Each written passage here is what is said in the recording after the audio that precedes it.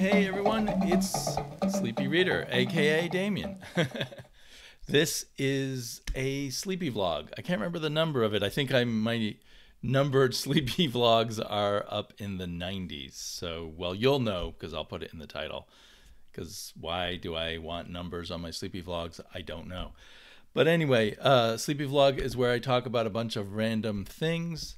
I'm gonna talk quite a bit about this James Warren book I read, the autobiography of James Warren, the publisher of Warren magazines, Creepy, Eerie, Vampirilla, etc. A little bit about my spring break, which is now kind of a while ago. But anyway, I've been meaning to include that in here. And then a shout out and some talk about some other nonfiction I've been reading. So yeah, just a random hodgepodge. Maybe other things will occur to me as I'm yakking. But let's see, I've got my fancy, I'm not very good at using it, OBS set up here. So we can look at my desktop and look at me too, because I'm so pretty.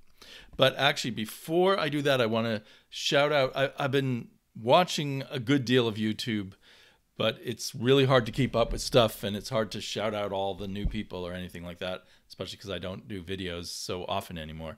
But someone who I have been watching a lot and corresponding through comments a lot with that I really want to shout out is Garage Geek.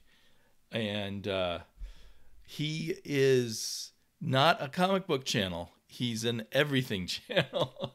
So he does a Friday night chat, and he does other videos too, often responding to tags and contests, I guess, often from the vinyl community. So he talks a lot about vinyl and music. He talks about comic books. He talks about books he's read. He talks about all the movies and sort of entertainment events of his week, and other interesting stuff. You get little tidbits about his life and the ups and downs of everyday life. I just think he's a really cool channel, and he puts out a lot of videos, so I'm not sure. I think I missed some of them, but well worth exploring if any of those topics interest you. And just an interesting guy. So a fun guy to just sit and chat with, basically. So anyway, that's Garage Geek. And let's see. Before I dive into the James Warren, at spring break, me and my family went to Connecticut and did not have that great of a time because of the airline. But my daughter stayed, since I have this picture here, my daughter stayed at my mom's house in her retirement village. She has like a 2-bedroom attached house. They call them the cottages. So there's cottages and then there's apartments, and everyone goes and eats together at the dining hall. And there's lectures and book groups and stuff that she attends. And one of her friends there, she now loves it. When she first moved in, she was a little depressed by it. She now loves it. One of her friends says it's like being on a cruise boat, except you're not like your whole life. Every day is like a cruise boat, except you're not on a boat.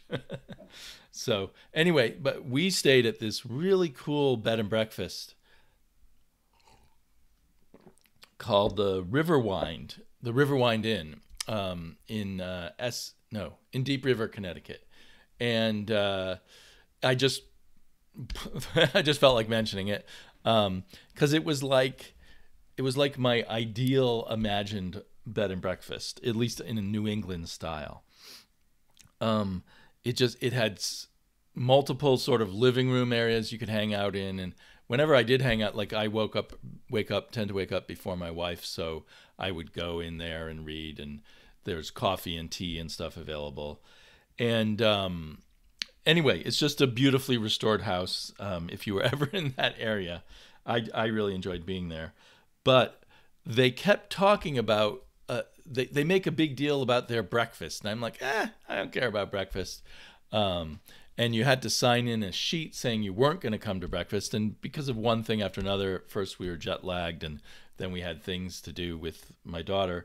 We didn't have breakfast till our second to last day there, and the breakfast was so good that ever since I've been wishing I had more. Like my brain can taste those breakfasts, or that one breakfast that we had, and our last day there, we had to rush off to the plane, so we didn't stay for the breakfast, and we had signed up that we weren't going to stay for the breakfast. But when I woke up, I was told that our flight was canceled, and they had rebooked us for the next day at 6 a.m. at an airport that would have been an hour's drive from where we stay with my mom, or maybe an hour and a half's drive. And not only that, but on our way there, we had a stop through in Atlanta. This was the Delta Airlines. We had a stop in Atlanta, and when we got to Atlanta, they told us our flight was canceled, and we were rebooked. After waiting in line a long time to try to find out what was going on, I got a message before we actually got to the front of the line that we were rebooked for a early flight the next morning. So then we had to pay for ourselves and find for ourselves a hotel to stay in, and then go to the airport the next morning. And because we were already, like, we had to get up at 4 a.m, our West Coast time, to get that first flight, and then the next morning we had to wake up at like 6 or 7, which was like 3 or 4 a.m. for us still to our bodies. So we were doubly jet lagged in a bizarre way by the time we got to my mom's house, and we weren't. It took us quite a while to recover, and then the vacation was mostly over. And then that cancellation, and it was again going to be the flight we were booked on the next day would be extremely hard to get to, and flying through Atlanta, and maybe we would be stranded in Atlanta again, and I didn't want that, so I completely canceled with Delta Airlines, and I got a direct flight from New York City to Portland, but it was we were supposed to return on Friday, but that was the only flight I could get was for Sunday. So anyway, the whole vacation was messed up by the airlines. And I'm like, I don't even want to fly again, or I don't want to take the whole family, and I don't ever want to take flights with stops again. I mean, I couldn't believe that it was happening to us twice. Anyway, that was a while ago now, but I'm still like, Delta Airlines used to be my favorite airline. I thought they could do no wrong, and then screwed us over twice, and screwed us in a big way, not like a small inconvenience, but really kind of ruined our vacation. Oh well. So another cool thing, maybe I have some photos I can insert, or maybe a little video. I went back to a place called the Book Barn, which actually is 3 different stores in Niantic, Connecticut, and it's just so, it's hard to describe, but 2 of them are in houses, but one of them is in the grounds of the house as much as it's in the house. Like the whole house is a bookstore, but also the large grounds around the house have other small book buildings, plus kiosks and stuff. It's all like a whole bunch of stuff outdoors in Connecticut year round. And the other house that they have, which has mostly like romances and mysteries and other stuff, each location has a slightly different specialization. They have a trailer, or like a trailer for like a trailer home, a travel trailer, which they have filled with paranormal romance novels. And then finally they have one place that's more of a normal storefront with science fiction books. Anyway, that was kind of the highlight of our brief and mostly sleepy visit. And meanwhile, during the vacation, I was pouring through this James Warren book, Empire of Monsters, by Bill Schelly, who reading in the back, realized he has passed away, which is really sad. I guess he probably passed away before this book was published, or they wouldn't mention that year. Let's see. Yeah, he passed away in 2019 at age 67, which no longer seems old to me. I thought the amount, because a book like this has got to have a small audience, but the amount of research and effort that went into here was very impressive. A lot of it was based on previous interviews and stuff, but I think he also went and interviewed people himself. Anyway, very impressive book and a fascinating story. James Warren, I guess he kind of had some a bit of an artistic background, and I think he was working in advertising, but he really wanted to work for himself and be a publisher. And he was inspired by Hugh Hefner and wanted to do his own Playboy, which was called After Hours. And let's see. Oops. Where's the headline? He ended up getting arrested for publishing smut in New Jersey, I think.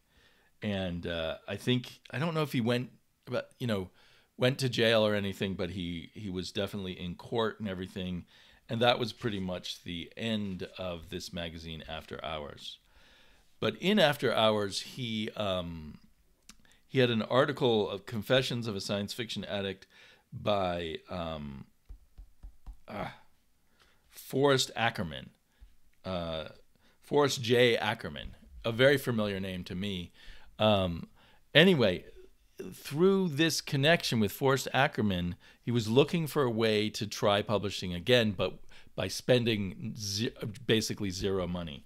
So he discovered that Forrest Ackerman had a collection of stills from old horror movies and old movies. I guess he had a huge. Forrest Ackerman is famous as a science fiction collector. Like he has had one of the biggest science fiction collections in all of history. And he was really well known in fandom, and I guess for a while was working as an author's agent back in the pulp days, which wouldn't make you very much money. But so they got to talking about this other sort of more serious magazine that came out about, I think in French maybe, about monster movies. And he found out Forrest Ackerman had all these stills from movies, which apparently you can just use if you happen to own the stills. So he convinced Forrest to be the editor of a magazine they ultimately called Famous Monsters. And so for a very small amount of money, he got Forrest to write sort of jokey blurbs and stuff about based on the pictures in of the monsters.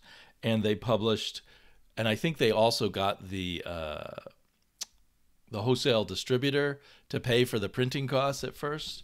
They went into debt with them. So it's all kind of a hustle, right? And then luckily, because, that his porn magazine was a huge flop, luckily for him, Famous Monsters of Filmland took off.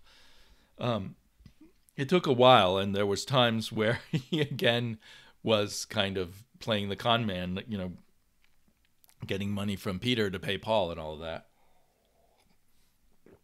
But eventually it took off, and then he looked to make other magazines, one of which was, I had no idea this had to do with Warren. I knew there's this famous magazine called Help, which was a little bit like, I've never actually seen Help, so I need to find a copy of Help.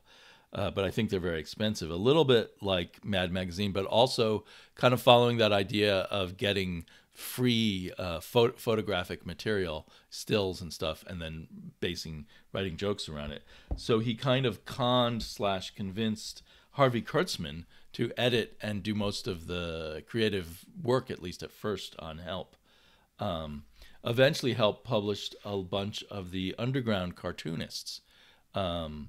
Before it folded, it was not as successful as the Famous Monsters. So after the Famous Monsters failed, and an interesting side note about Help is that the assistant editor was Gloria Steinem. That was her first job in publishing. So her first job in publishing, she worked for James Warren, ultimately the publisher of Vampirella. I just thought that was funny.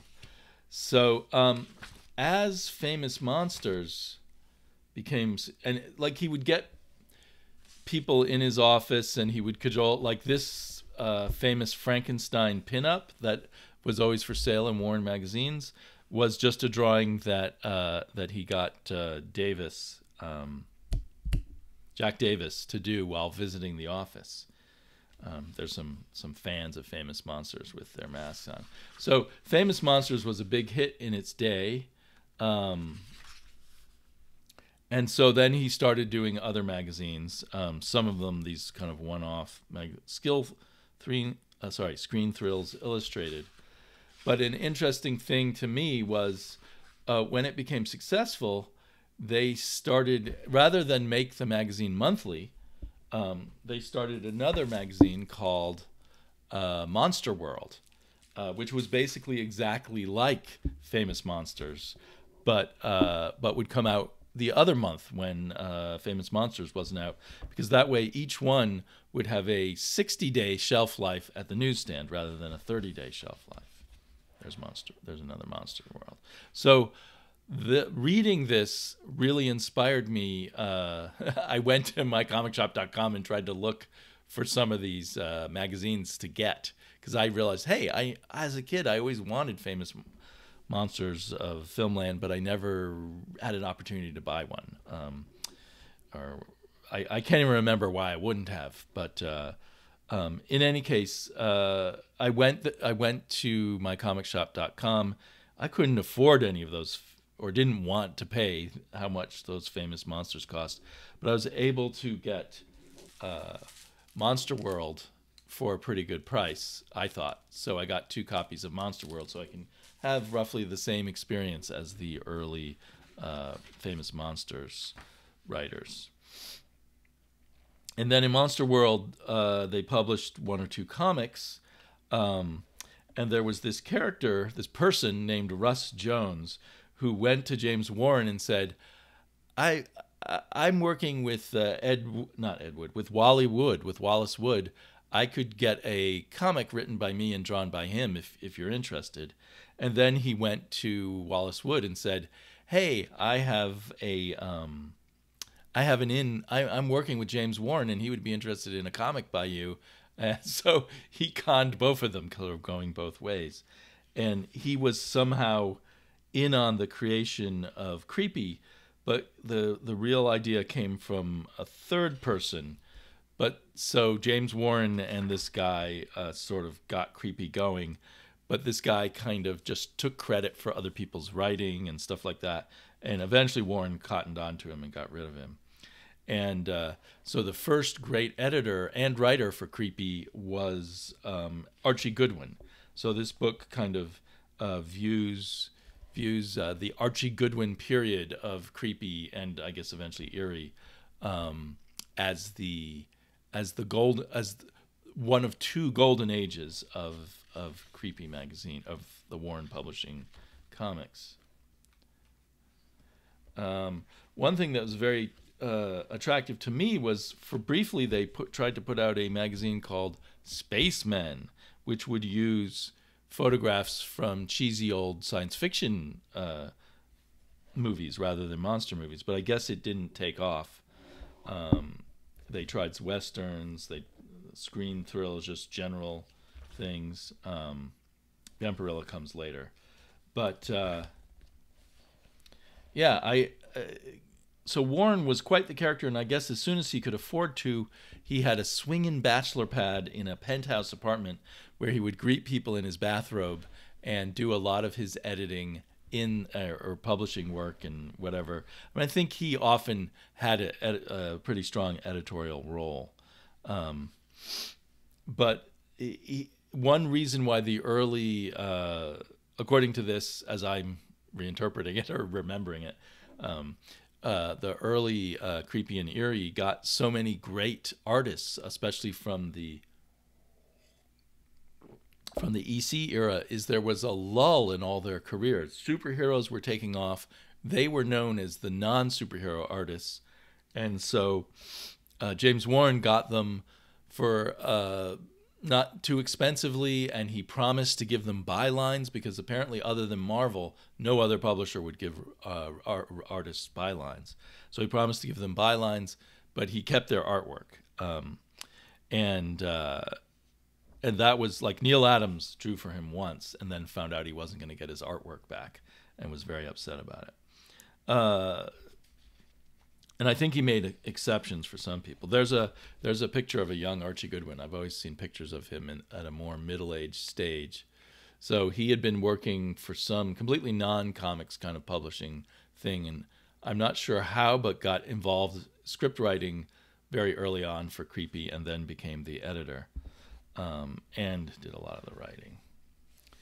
So, and here is, I guess, the first drawing of Vampirilla, which I wouldn't have guessed it, but this is art by Frank Frazetta and someone named William Soon.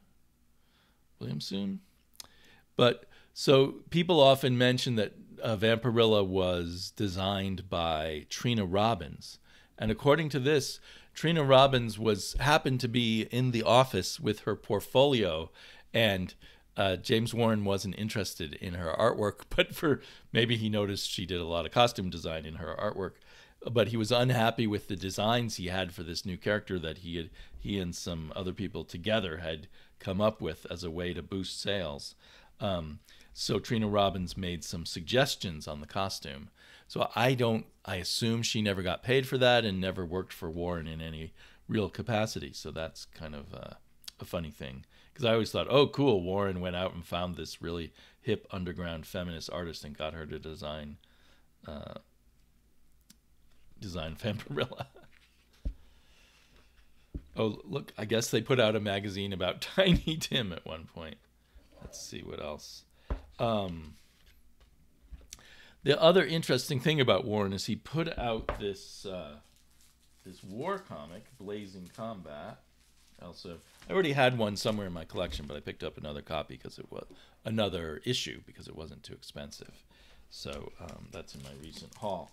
But he put out this war comic. All the stories in it were pretty much anti-war, and he even put out, even before we got into Vietnam, and he put out this full-page editorial asking the president and Congress to pull out of the war. So it's interesting that although he was he was kind of a huckster and a hustler, but he did have things that really mattered to him. Oh, another thing that I found really interesting that I only understood from reading this is when he started Famous Monsters of Filmland, he couldn't get any advertisers. So somehow he had a bunch of extra items from something, I forget what, that he could sell. So he started his own company.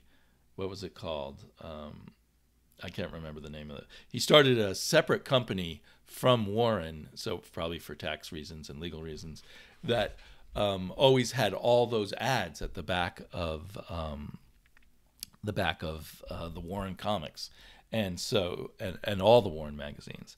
And so he had a mail order business through the magazines, and that made a lot of money. At least at times was doing very well.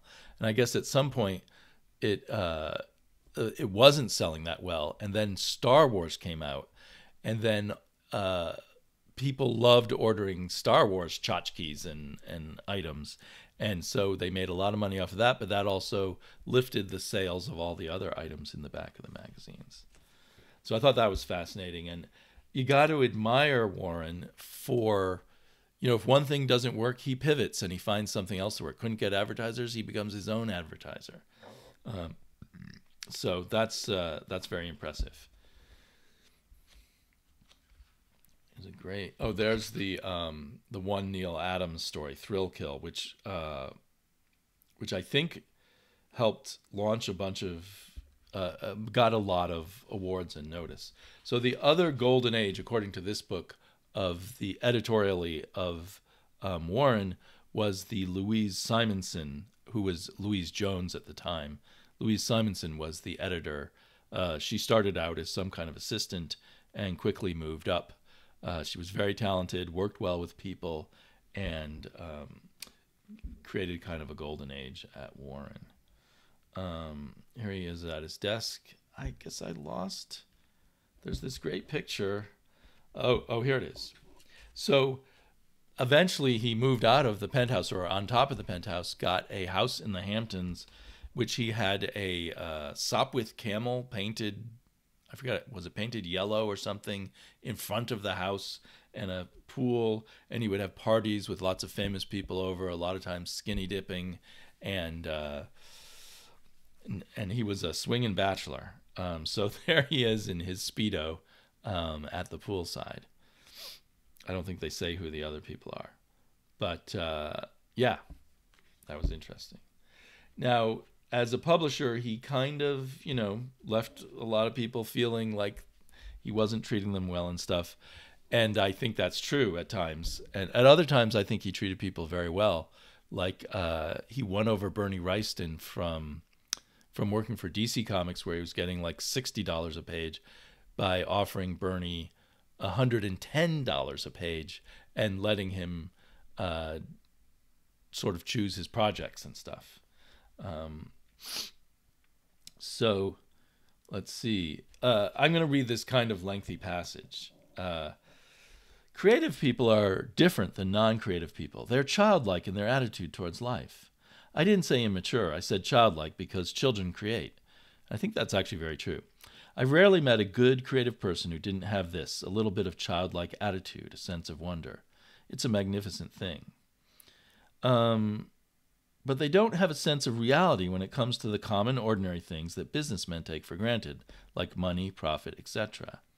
I don't think creative people will ever change.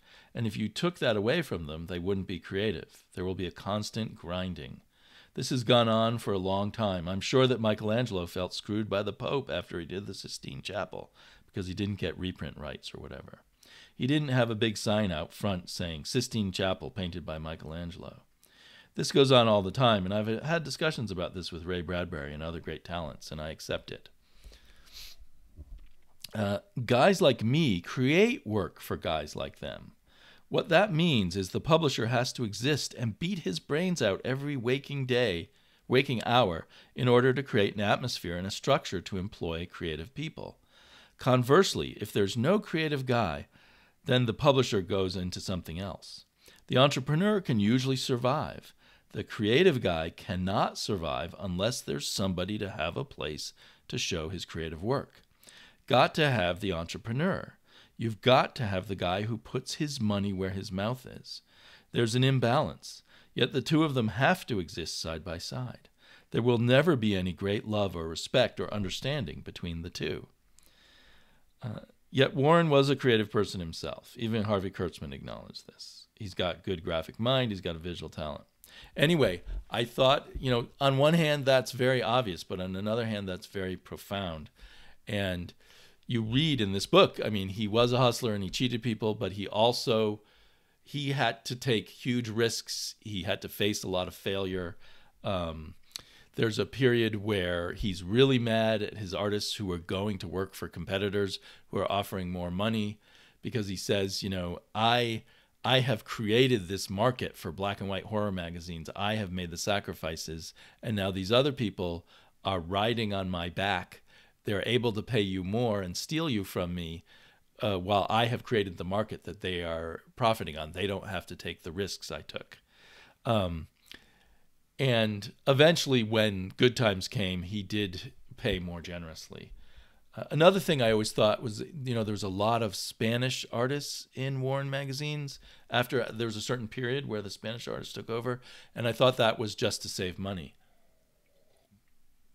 But in fact, according to Louise Jones, they paid them just as much, if not more, than any other artist. And it was more that their art was so good.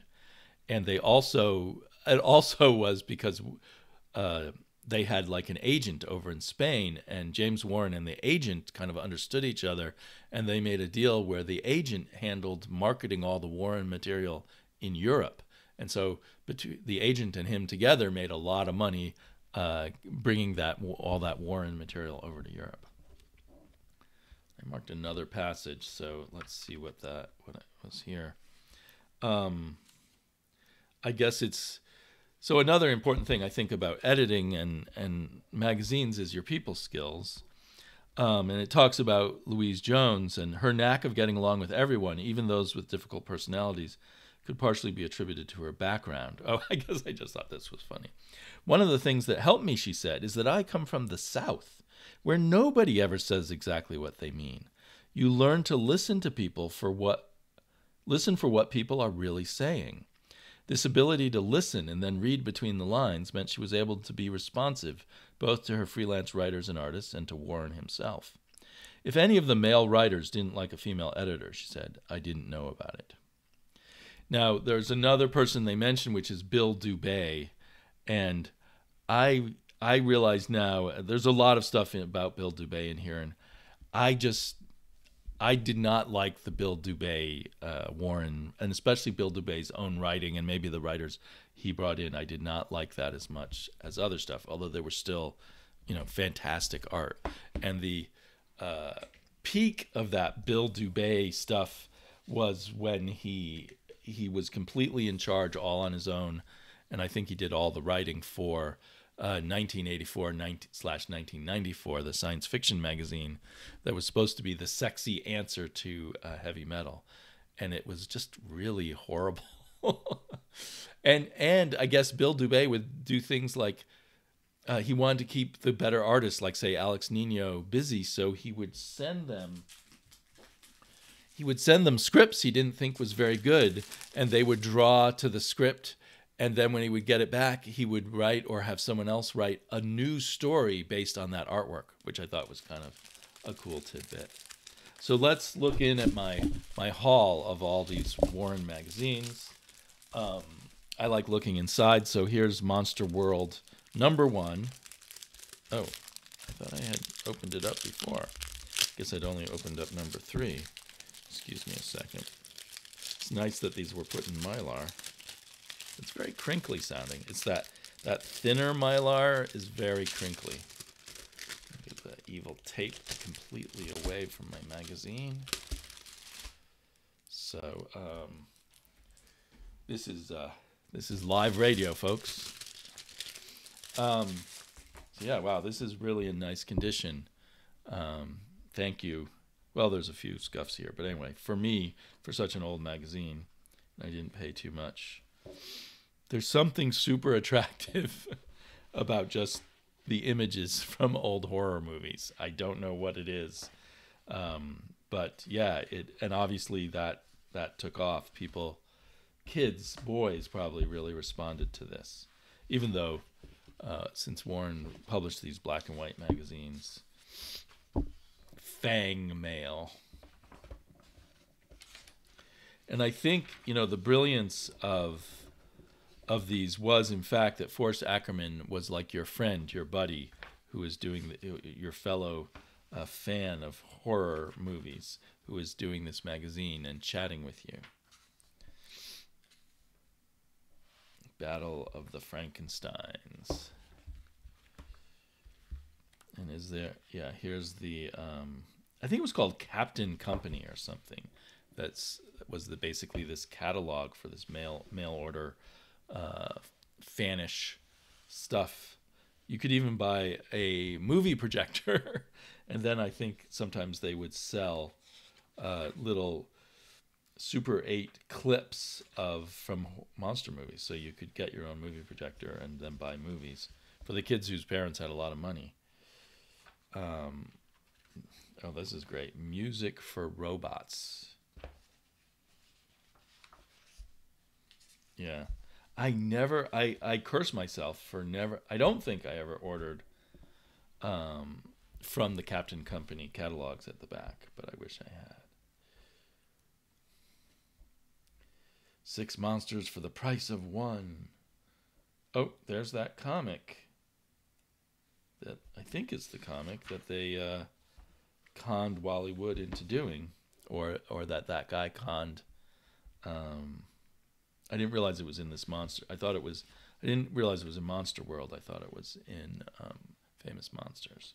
So I think this is their first foray into actual comics.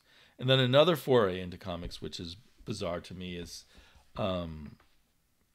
Warren convinced Gold Key to produce for him a Flintstones at the World's Fair comic, which he then sold at the World's Fair and made a huge profit off of. But they did all the work and printed it up, and he just sold it. Yeah. There's actually more text in here than I thought, although it does look, very fluffy, the text. But anyway, yeah, that's interesting.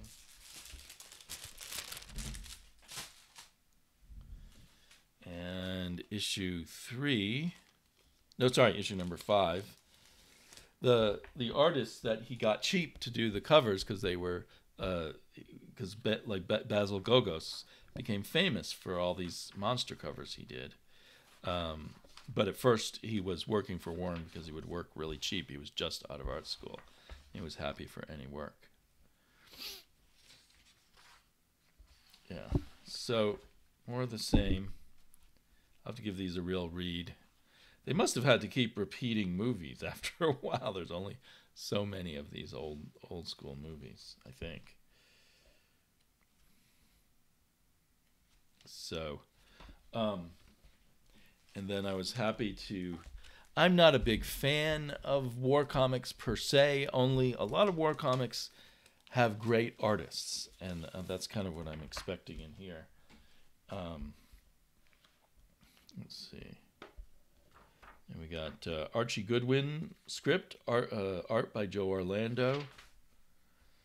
Yeah, this is beautiful stuff. Love it. Here we got Reed Crandall, classic. Both of those are classic artists from the EC days. Well, this feels like Reed Crandall light in a sense, or I always thought Reed Crandall was a lot more detailed. But Gene Colan. I don't think he got much work from Warren, or no, he tried to get work at EC. That's right, and he didn't get it there. I think he did do quite a bit of work for Warren. This is beautiful. It's great to see Colan doing his own grays and stuff rather than just having an inker take over and sort of translate him into more of a Marvel style artist. Alex Toth. Wow, this looks really good. Again, in a sense, because of the black and white. I think maybe black and white will help me appreciate Alex Toth more. Yeah. I can see why it wasn't successful. I mean, an anti-war war comic might be telling the truth about what war is really like and the horror of it, or at least a little bit of the horror of it. But people buying comic books about war want a little bit of romance, or at least I think they do. Although certainly a lot of the Sergeant Rock comics were anti-warness, or war is hell kind of thing. Gray Morrow, one of my favorite artists who you don't see too often. This is really nice Gray Morrow work. Wow. Yeah. I'm glad I should try to pick up all. I think there was only 4 Blazing Combats or 6 or something. It didn't last long. John Severin, who is known for his war comics, famous for his war comics. Although my favorite work by him is inking his sister on Cull. And then, of course, the catalog at the back. Wow, that's a purchase I'm really happy with. So then another thing, I guess they did these, it says Famous Films #2, kind of these one-shots. And this is something, as a kid, I knew that this kind of thing existed, and I never saw them. I don't know how I even knew they existed, but comics made out of stills from movies. Which seems like a bad idea, but I just, as a kid, really wanted to own one of these, or some of them, and I didn't have any. So this one, strangely, I think combines 2 movies that were coming out at the time from Richard Corman. Is it Richard? Yeah. I think it, let's see. Hammer Films, I'm sorry, not Corman. 2 Hammer Films, Curse of Dracula and Curse of Frankenstein, Horror of Dracula, and I think they have made them into one comic. I might be wrong. Maybe there's 2 comics here. But so as a way they gave Warren this free material as a way to promote their upcoming movie. Um, yeah, oh, the end. So I guess it is 2. Then the Horror of Dracula is next. Incredible. And of course, as a kid, I never got to see these movies either. I would have loved them so much back then, but I had heard about Hammer Films somewhere, probably in some black and white magazine that I was picking up. So crazy. But if you're gonna make a comic out of stills from a movie, it would be great actually to take like stills from an old Hammer movie and just make up your whole own story based on it, which I assume is not the case here.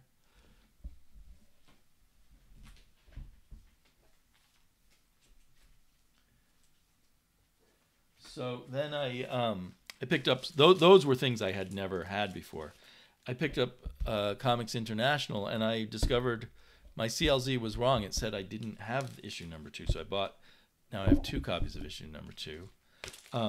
Comics International was where Warren reprinted color section. Eventually, they got color sections in Creepy and Eerie, and they used Comics International to reprint the color. And the color is amazing, especially in the Richard Corbin pieces. There was no color like this in American comics at the time, so it kind of blew your mind when you would see it.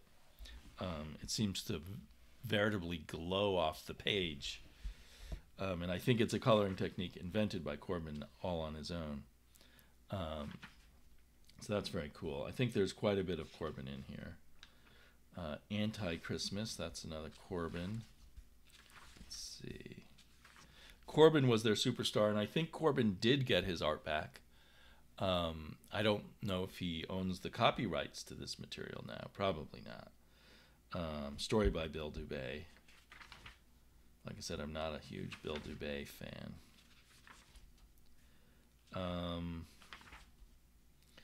Okay, Esteban Morato. I've read this Dracula story, I believe, and in what Creepy or Eerie, and apparently it's kind of weird. It's like this ongoing adventures of Dracula in different situations. I think it was a recurring character. So I think Creepy and Eerie, like Famous Monsters and Monster World, were intended to be kind of the same magazine, but each one could stay on the stands for 60 days. But I don't know if that continued, if they eventually became monthly. And eventually they decided in one of them, I think it was in Eerie, to do continuing stories, ongoing series where characters recurred. Anyway, that eventually became the distinction between the two. This looks like it might be Wally Wood. Where's the art credit? I don't see an art credit. Irritating. It looks like Wally Wood to me, or someone doing Wally Wood. Jose Ortiz, one of the fantastic Spanish artists. That's not a good color choice, but anyway. As a kid, to get a hold of one of these with a color section in the middle, I think you could only get Comics International by mail order. I might be wrong, but there's not a price on the front cover. Yeah, I think you had to mail order it.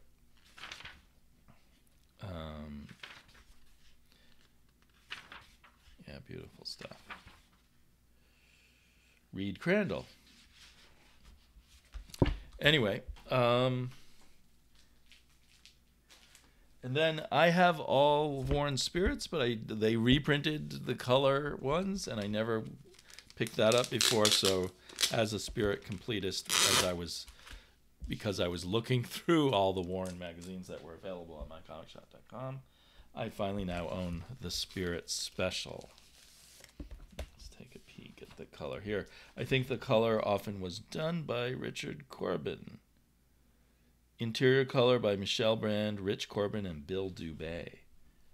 So Dubay was multi-talented, even if I didn't like his writing.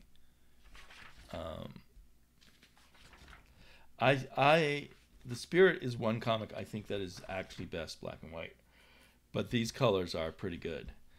When I see the colored versions in the DC archives, it just doesn't work that well for me. I think partially because of the size, maybe.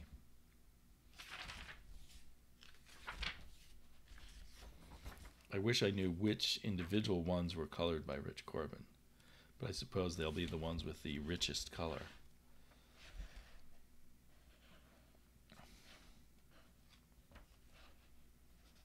Although sometimes the color's too much. Yeah, this one does not work at all. If Corbin did this one, oh well. Anyway, I'm actually really glad I picked this up, and it's in nice condition except for this staple bump here. Huh. Okay, and then I think this might have been a reprint of science fiction stories. Probably, in the post-Star Wars world, everyone was looking for more science fiction. So I assume, 1978. I haven't looked inside this one yet. Doug Munch and Esteban Morato. Okay, and here's another thing. I think Bill Dubay in particular as an editor, but I think maybe in general at Warren, they allowed writers to kind of go crazy, maybe even encourage them to do this huge amount of text. And that's definitely sometimes a flaw, especially when the writing is not not worth spending a lot of time reading.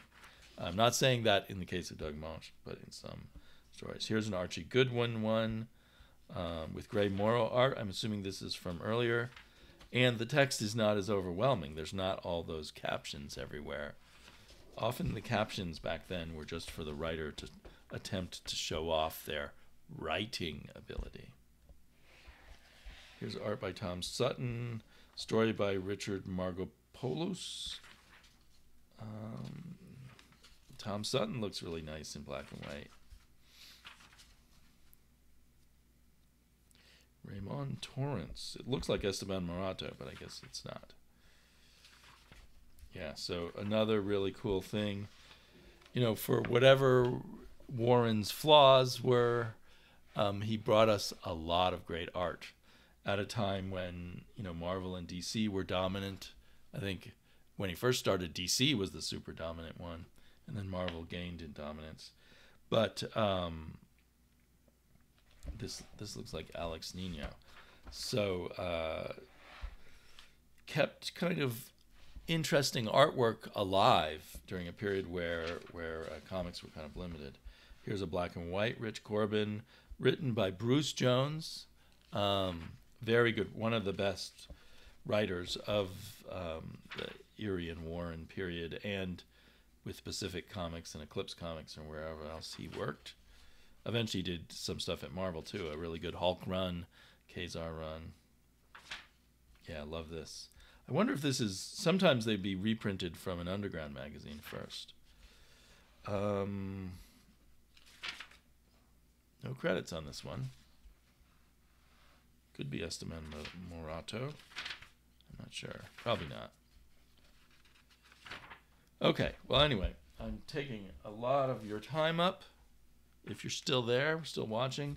So then I now can't remember what they said about, I looked for some of these competitors to Warren that came up every once in a while. And one of them was Web of Horror. I can't remember what the story behind Web of Horror was.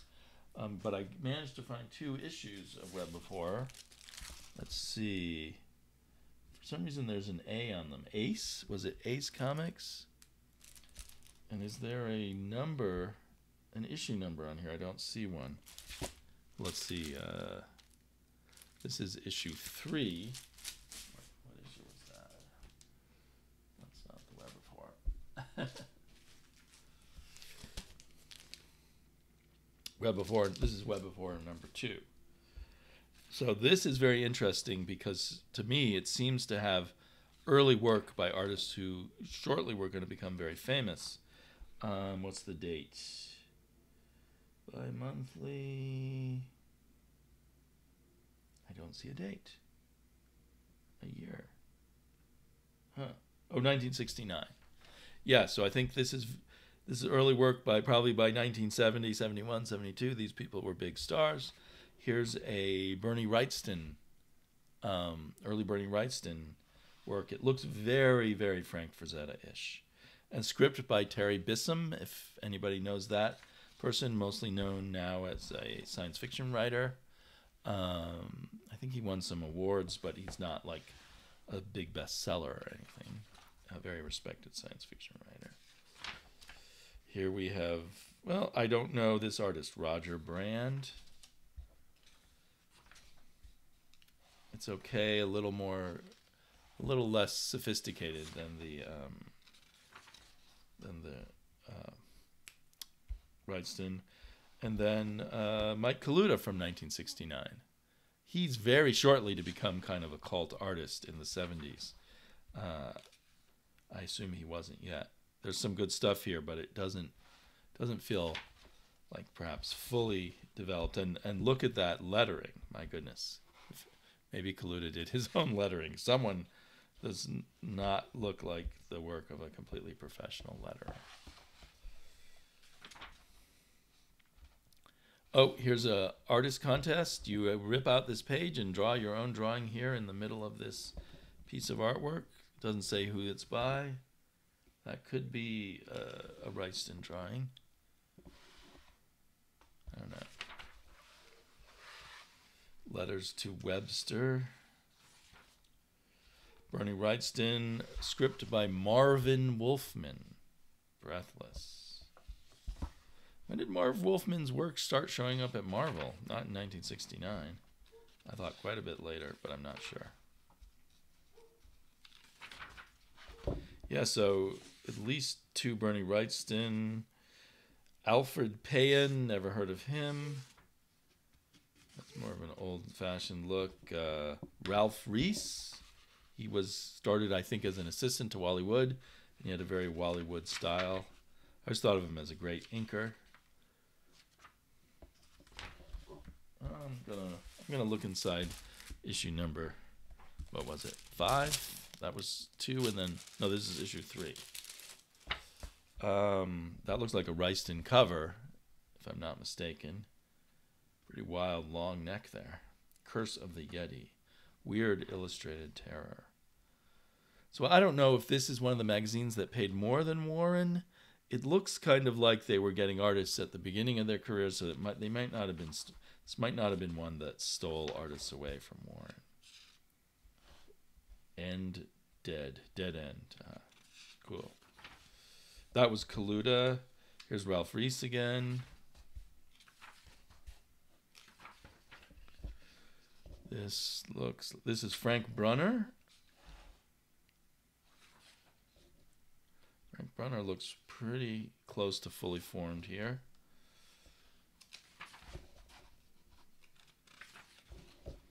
There's another one where you should draw in. I wonder how many people actually drew in there and sent it in. Collaborate with comic artist Bernie Wrightston. I'm almost tempted to, if I could find a really cheap beat-up copy, and then me attempt to draw the monster there. 1969, of course, I didn't even know comics existed till 1971. But I never saw magazines like this. That, to my knowledge, the ones that were imitations of Creepy and Eerie. Art and script by Bruce Jones. Bruce Jones was also an artist, but I think people hired him more to do scripts, although he's a perfectly good artist. He was trying to be an artist, couldn't make it, was about to pack it up, and then he started getting a lot of work doing scripts for Eerie or Creepy or someone. Another Bernie Wrightston.